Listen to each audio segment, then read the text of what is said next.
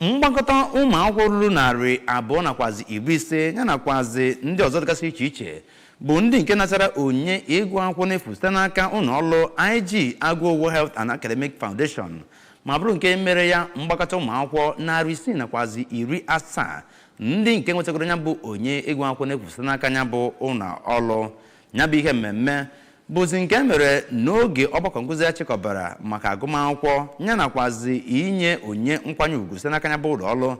bụ nke mere n'isi ọdụ ọgbakọba International Convention Center nke dị n'Awka ma bụrụ nke Victoria ọmụmatụ Chisom Nwankwọ nakwazi Precious Obasi ji ego ruru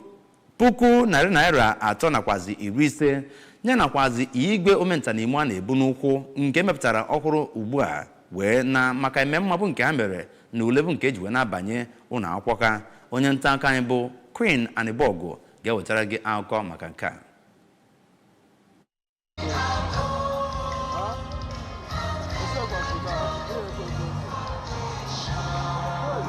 Ya bụ agba nke atọ nke agụmakwụkwọ nakwa semina nke IGAHAF agba nke ise nke inye agụmakwụkwọ n'efu bụ nke kpọkọtara ọtụtụ ndị mmadụ bụ ndị ritere erere nakwa ndị nne na nna ha ndị ama ama n'ụka nke onye ndu ha bụ onye bishọp nke Awka Diocese Most Reverend Paulinus Ezokafọ ndị igwe nakwa ndị ihe agụmakwụkwọ na-amasị. Onye kọmishọna ahụ maka agụmakwụkwọ ọkammụta Ngozi Chumude kwuru na Gọvanọ Soludo na-agbasi mbọ ike kpatara o ji wee mmadụ karịrị 8,000 n'ọnụọgụ na agụmakwụkwọ. O kenere Chief Agụowo maka ị na-esonye na ya bụ njikọ gọọmenti nakwa ndị nnọrọ onwe na steeti a. N'aka nke ya onye isi oche ndị ụlọ omeiwu steeti a n'ebe metara agụmakwụkwọ Honorable Anayo Okpaleke kenere ndị ahụ mere mmeri na ya bụ National Innovation Competition nke si n'ụlọ akwụkwọ CKC